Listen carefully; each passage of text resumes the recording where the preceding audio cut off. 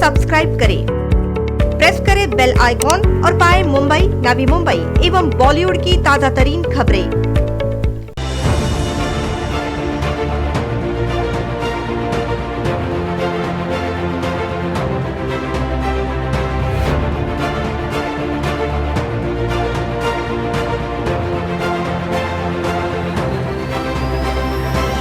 आज जर आपल्याला विचारलं की इस वॉर्ड का नगरसेवक कोण, तर चुकून संदीप नाईक बोललं तर काय तर तिकडे चुकीचं ठरणार नाही. कारण मला वाटतं माझा आमदार निधी आणि जास्तीत जास्त कार्यक्रमाला उपस्थिती जर कोणाची लागली होती तर आमदार म्हणून माझीच लागली होती.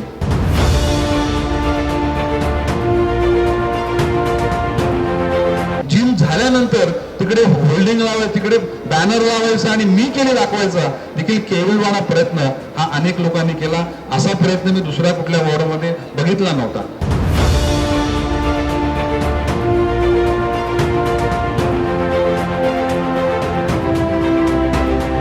काही जण काय म्हणतात की खोटं बोल पण रेटून बोल, खोटं बोल पण रेटून बोल. आता आपण काम केलंय तर खरं बोल पण रेटून बोल. त्यामुळे खरं तर आपण त्या ठिकाणी बोललंच पाहिजे.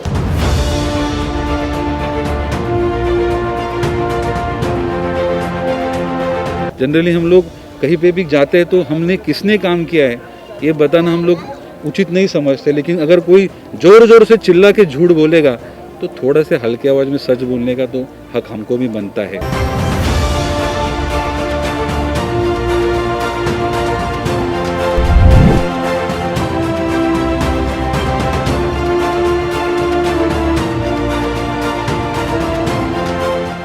कोपरखैरणे प्रभाग क्रमांक 52 मध्ये माजी आमदार संदीप नाईक यांच्या माध्यमातून ज्येष्ठ नागरिक विरंगुळा केंद्राचा लोकार्पण सोहळा नुकताच संपन्न झाला. प्रभाग क्रमांक 52 मध्ये आमदार गणेश नाईक यांच्या विचारांचा नगरसेवक नाही आणि तरी देखील पक्षपात न करता आमदार संदीप नाईक यांनी सर्वात जास्त आमदार निधी हा याच प्रभागात दिला आणि लोकांना हवा असलेला विकास घडवून आणला. कार्यक्रमाप्रसंगी आमदार संदीप नाईक यांनी आपले मनोगत व्यक्त करताना सांगितले की त्यांनी या प्रभागात सर्वात जास्त आमदार निधी दिला आहे, त्यामुळे सर्वाधिक कार्यक्रमांना उपस्थिती देखील त्यांचीच लाभली आहे.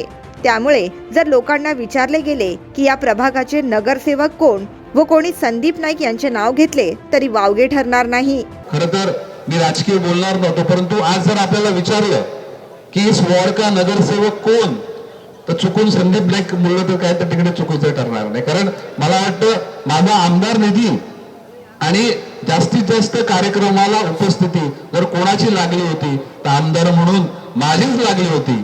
त्यांनी असेही सांगितले की कोणत्या पक्षाचा नगरसेवक याला त्यांनी कधीही महत्त्व दिले नाही, परंतु प्रभाग क्रमांक 52 मध्ये आपल्या आमदार निधीमधून ओपन जिमचे निर्माण झाल्यानंतर ते काम आपण केले हे दाखवण्याचा केविलवाणा प्रयत्न जो माजी स्थानिक नगरसेवकांनी केला असा प्रकार कोणत्याही प्रभागात पाहायला मिळाला नाही, असेही ते म्हणाले.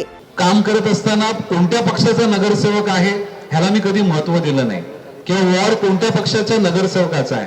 काम करत असताना आपण या संपूर्ण शहराचे लोकप्रतिनिधी आहोत, त्यामुळे आपण काम केलं पाहिजे आणि जास्तीत जास्त ज्या लोकांच्या समस्या आहेत त्या सोडवण्याचा प्रयत्न केला पाहिजे. दुर्दैवानं ज्या गोष्टी आमदार निधीतून मी केल्या, आता त्या ठिकाणी जिमचं त्या ठिकाणी निधी आणून जिमचं ओपनिंग आपण केलं आणि आपण केलं, ते करण्याकरता भोसले साहेब असतील, त्या ठिकाणी आपले सगळे हांडे पाटील साहेब असतील, आपले सर्व ज्येष्ठ मंडळी असतील, या सर्वांनी त्याची मागणी केली.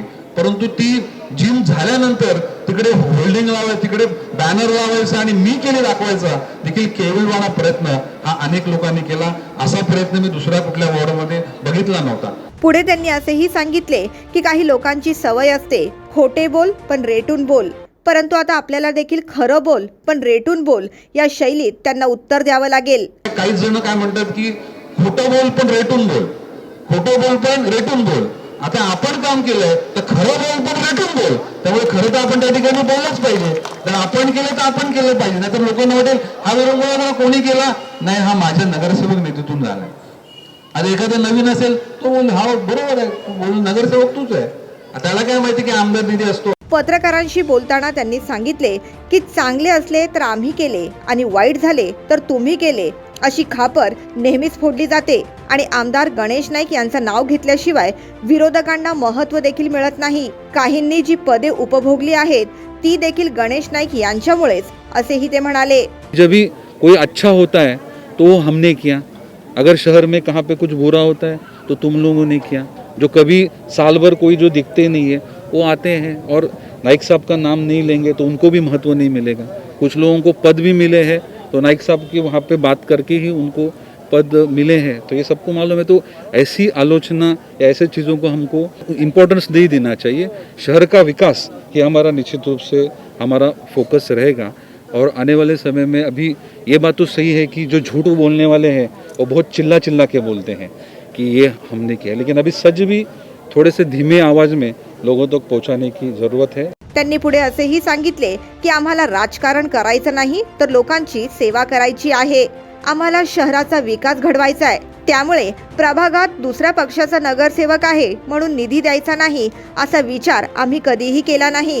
परंतु काही लोकांनी आता जो खोटा प्रचार सुरू केलाय त्याला सडेतोड उत्तर देण्यासाठी आता आम्हाला देखील लोकांपर्यंत सत्य परिस्थिती ही पोहोचवावीच लागणार आहे.